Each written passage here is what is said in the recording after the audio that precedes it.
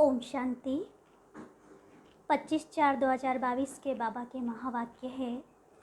बाबा ने कहा, मीठे बच्चे, पुरानी देह और देह के संबंधी जो एक दो को दुख देने वाले हैं, उन सब को भूल एक बाप को याद करो, श्रीमत पर चलो।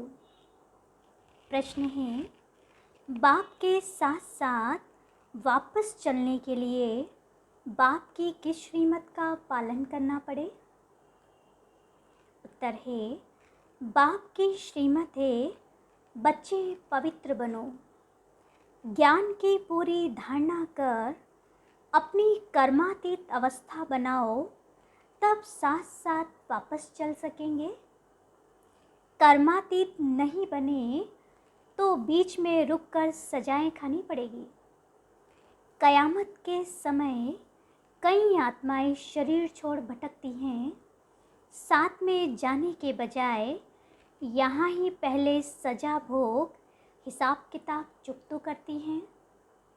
इसलिए बाप की श्रीमत है, बच्चे सिर पर जो पापों का बोझा है, पुराने हिसाब किताब है, सब योग बल से भस्म करो।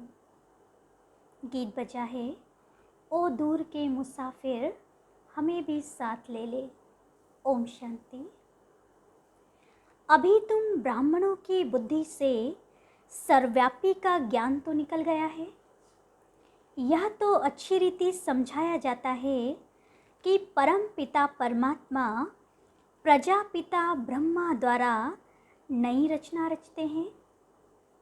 वह ठहरा रचयिता जिसको परमात्मा कहा जाता है।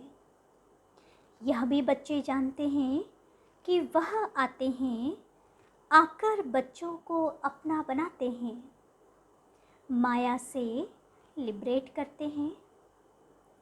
पुरानी देह सहित जो भी मित्र संबंधी आदि है, जो एक दो को दुख देने वाले हैं, उनको भूलना है। जैसे कोई बूढ़ा होता है तो उनको मित्र संबंधी आदि कहते हैं, राम जपो। अब वह भी झूठ ही बताते हैं, न खुद जानते हैं, न उनकी बुद्धि में परमात्मा की याद ठहरती है। समझते हैं परमात्मा सर्वव्यापी है। एक तरफ गाते हैं, दूर के मुसाफिर साथ ले चल। आत्माएं दूर से आकर शरीर धारण कर अपना अपना पाठ बजाती हैं। यह सब बातें मनुष्यों के लिए ही समझाई जाती हैं। मनुष्य शिव का मंदिर बनाते हैं, पूजा करते हैं, फिर भी यहाँ वहाँ ढूंढते रहते हैं। कह देते हैं, हमारे तुम्हारे सब में व्यापक है, अर्थात सर्वव्यापी है। उनको ऑर्फन कहते, धनी को न जानने वाले। याद करते हैं, हे भगवान, परंतु जानते तो नहीं। हाथ जोड़ते हैं, समझते हैं वह निराकार है। हमारी आत्मा भी निराकार है। यह आत्मा का शरीर है, परंतु आत्मा को कोई भी जानते नहीं। कहते भी हैं, भ्रकुटी के बीच चमकता है अजब सितारा। अगर स्टार है तो फिर इतना बड़ा लिंग क्यों बनाते हैं? आत्मा में ही 84 जन्मों का पाठ है, ये भी नहीं जानते। इधर उधर ढूंढते धक्का खाते रहते हैं। सबको भगवान कहते हैं, बद्रीनाथ भी भगवान, कृष्ण भी भगवान, पत्थर ठिक्कर में भी भगवान। तो फिर इतना दूर दूर ढूंढने क्यों जाते हैं? जो हमारे देवी देवता धन वाला नहीं होगा, वह न ब्राह्मण बनेगा और न उनको धारणा होगी। वह ऐसे ही अच्छा अच्छा कहते रहेंगे।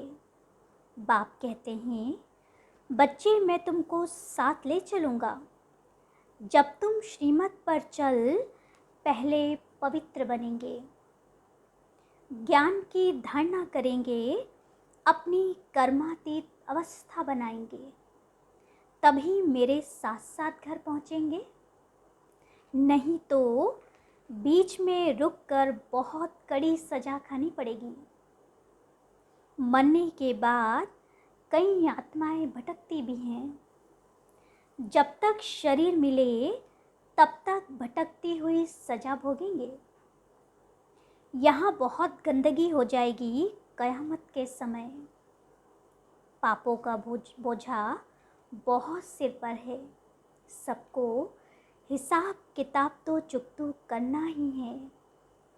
कोई बच्चे तो अभी तक भी योग को समझते नहीं हैं। 1 मिनट भी बाबा को याद नहीं करते। तुम बच्चों को घड़ी घड़ी कहा जाता, बाबा को याद करो क्योंकि सिर पर बोझा बहुत है। मनुष्य कहते हैं परमात्मा सर्वव्यापी है, फिर भी तीर्थों की तरफ कितना भटकते हैं।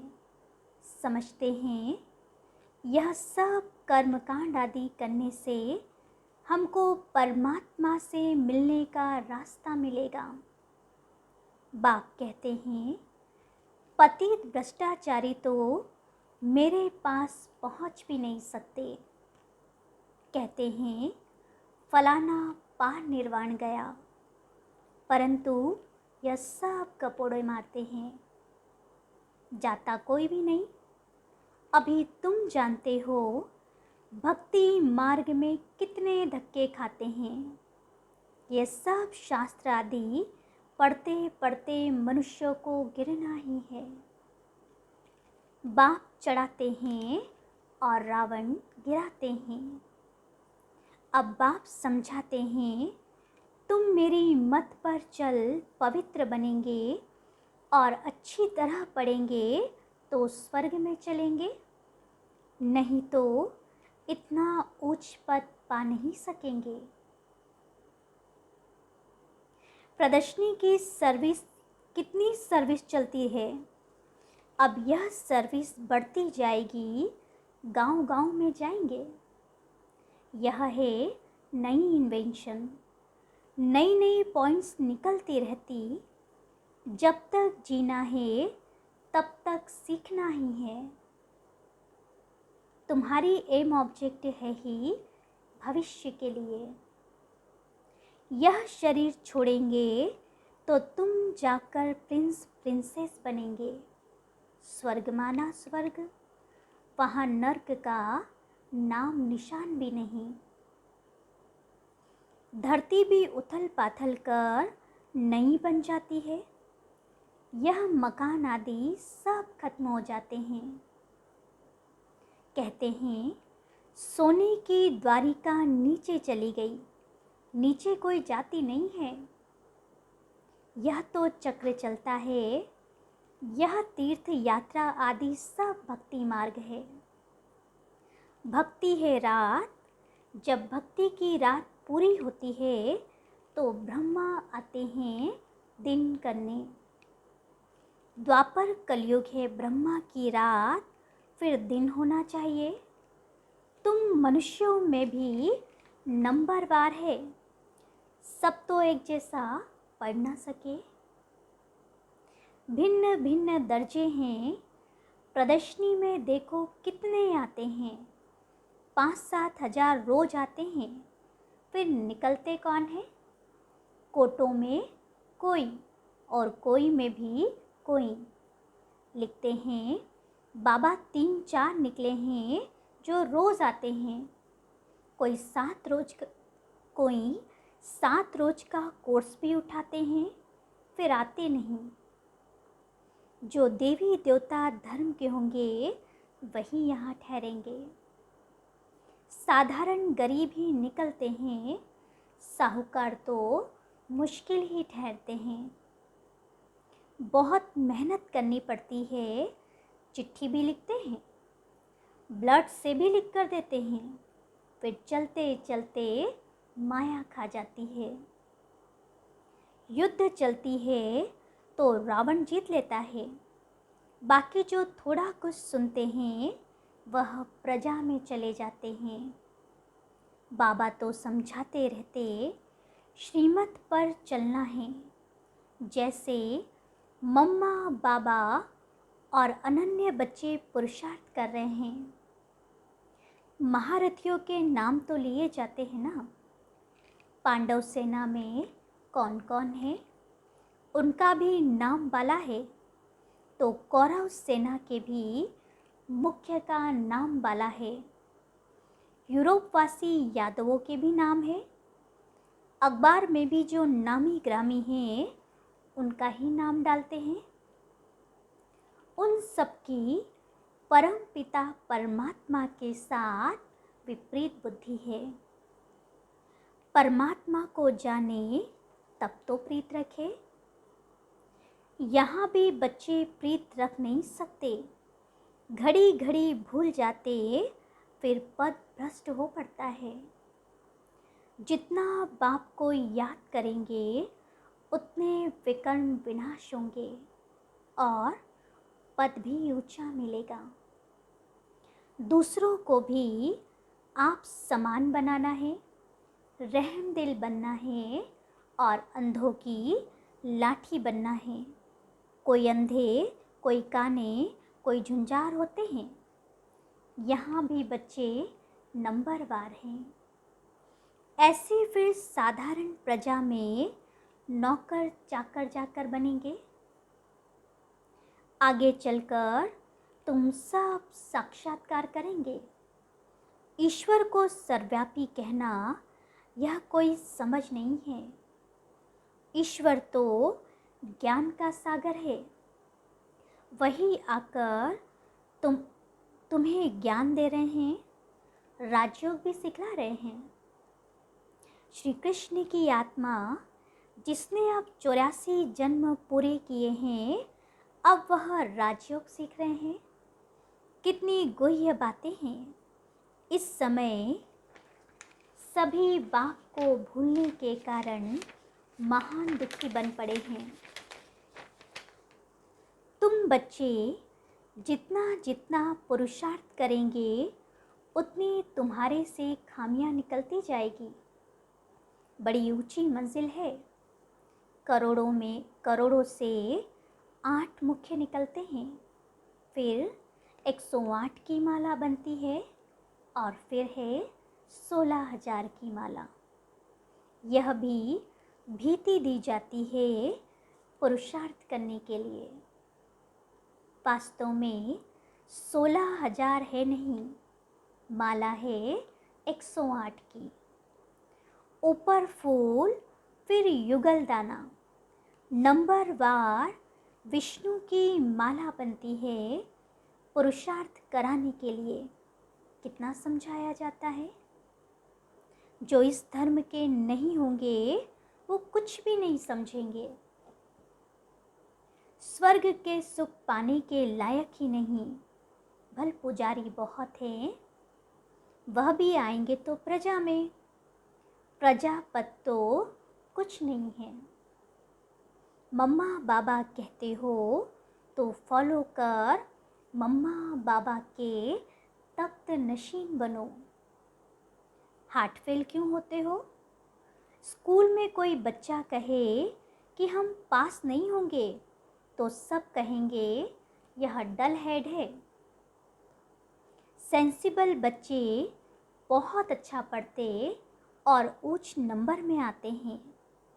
तुम बच्चे प्रदर्शनी में बहुत अच्छी सर्विस कर सकते हो।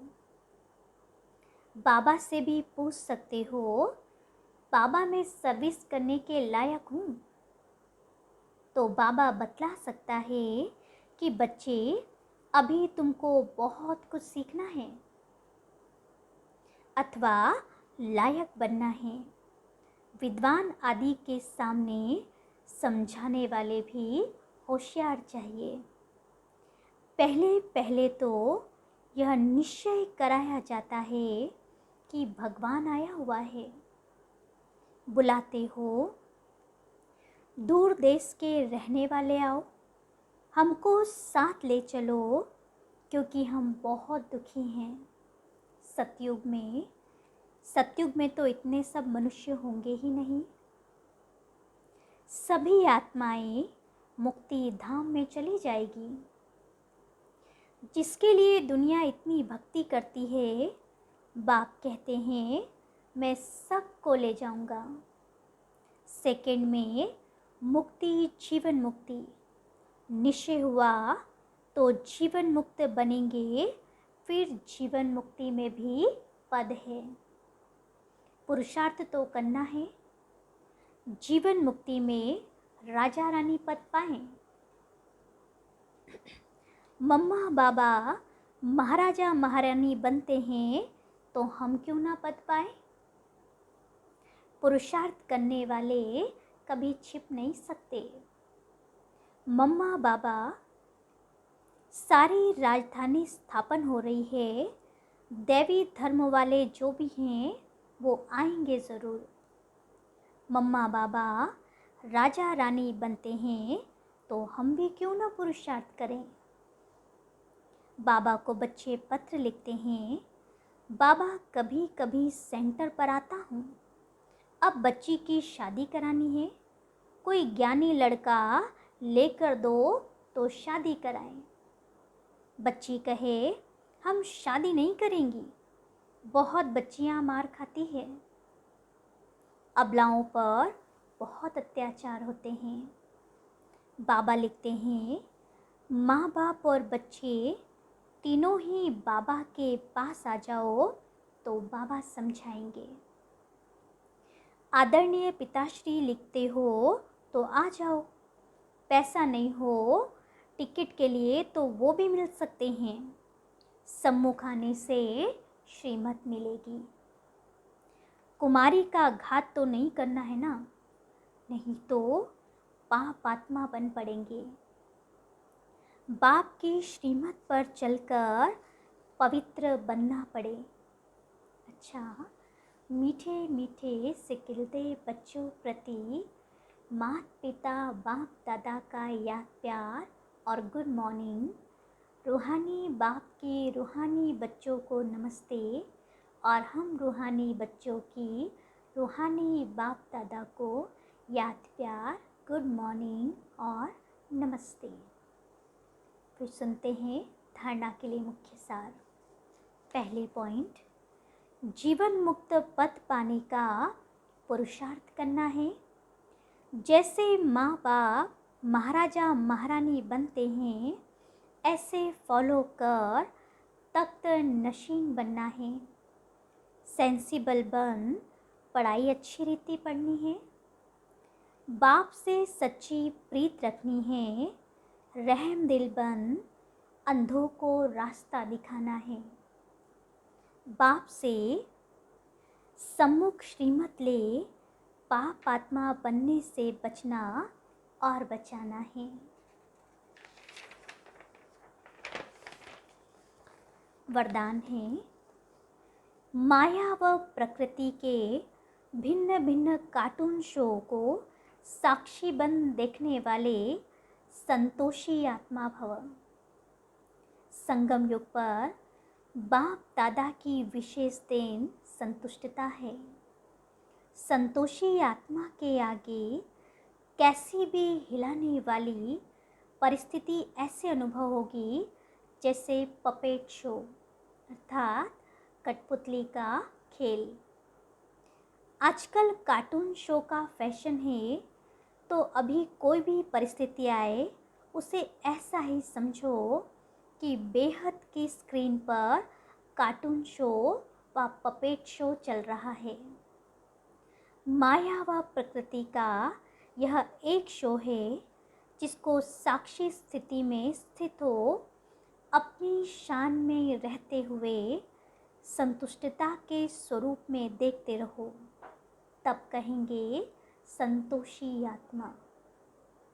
फिर स्लोगन है आज का, किसी भी प्रकार के डिफेक्ट से परे रहना ही परफेक्ट बनना है। फिर मातेश्वरी जी के अनमोल महावाक्य। हेडिंग है, परमात्मा का सच्चा बच्चा बनते कोई संशय में नहीं आना चाहिए। भगवानुवाच बच्चों के प्रति, बच्चे, जब परमात्मा खुद इस सृष्टि पर उतरा हुआ है तो उस परमात्मा को हमें पक्का हाथ देना है। लेकिन पक्का सच्चा बच्चा ही बाबा को हाथ दे सकता है। इस बाप का हाथ कभी नहीं छोड़ना। अगर छोड़ेंगे तो फिर निधन का बन कहाँ जाएंगे। जब परमात्मा का हाथ पकड़ लिया तो फिर सूक्ष्म में यह संकल्प नहीं चाहिए कि मैं छोड़ दूँ, व संशय नहीं होना चाहिए पता नहीं हम पार करेंगे व नहीं। कोई ऐसे भी बच्चे होते हैं जो पिता को न पहचानने के कारण पिता के भी सामने पड़ते हैं और ऐसे भी कह देते हैं हमको कोई की भी परवाह नहीं है। अगर ऐसा ख्याल आया तो ऐसे नालायक बच्चे की संभाल पिता कैसे करेगा। फिर तो मानो कि गिरा की गिरा, क्योंकि माया तो गिराने की बहुत कोशिश करती है, क्योंकि परीक्षा तो अवश्य लेगी कि कितने तक योद्धा रुस्तम पहलवान है। अब यह भी ज़रूरी है जितना जितना हम प्रभु के साथ रुस्तम बनते जाएंगे उतना माया भी रुस्तम बन हमको गिराने की कोशिश करेगी। जोड़ी पूरी बनेगी। जितना प्रभु बलवान है तो माया भी उतनी बलवानी दिखाएगी। परंतु अपने को तो पक्का निश्चय है आखिरीन भी परमात्मा महान बलवान है। आखिरीन उनकी ही जीत है। श्वासों श्वास इस विश्वास में स्थित होना है। माया को अपनी बलवानी दिखलानी है। वह प्रभु के आगे अपनी कमज़ोरी नहीं दिखाएगी। बस एक बारी कमज़ोर बना तो खलास हुआ। इसलिए भल माया अपना फोर्स दिखाए परंतु अपने को मायापति का हाथ नहीं छोड़ना है। तो उनका हाथ, वो हाथ पूरा पकड़ो तो मानो उनकी विजय है। जब परमात्मा हमारा मालिक है तो उनका हाथ छोड़ने का संकल्प भी नहीं आना चाहिए। अगर हाथ छोड़ा तो बड़ा मूर्ख ठहरा। इसलिए परमात्मा कहते हैं बच्चे, जब मैं खुद समर्थ हूँ तो मेरे साथ होते तुम भी समर्थ अवश्य बनेंगे। समझा बच्चे? अच्छा, ओम शांति।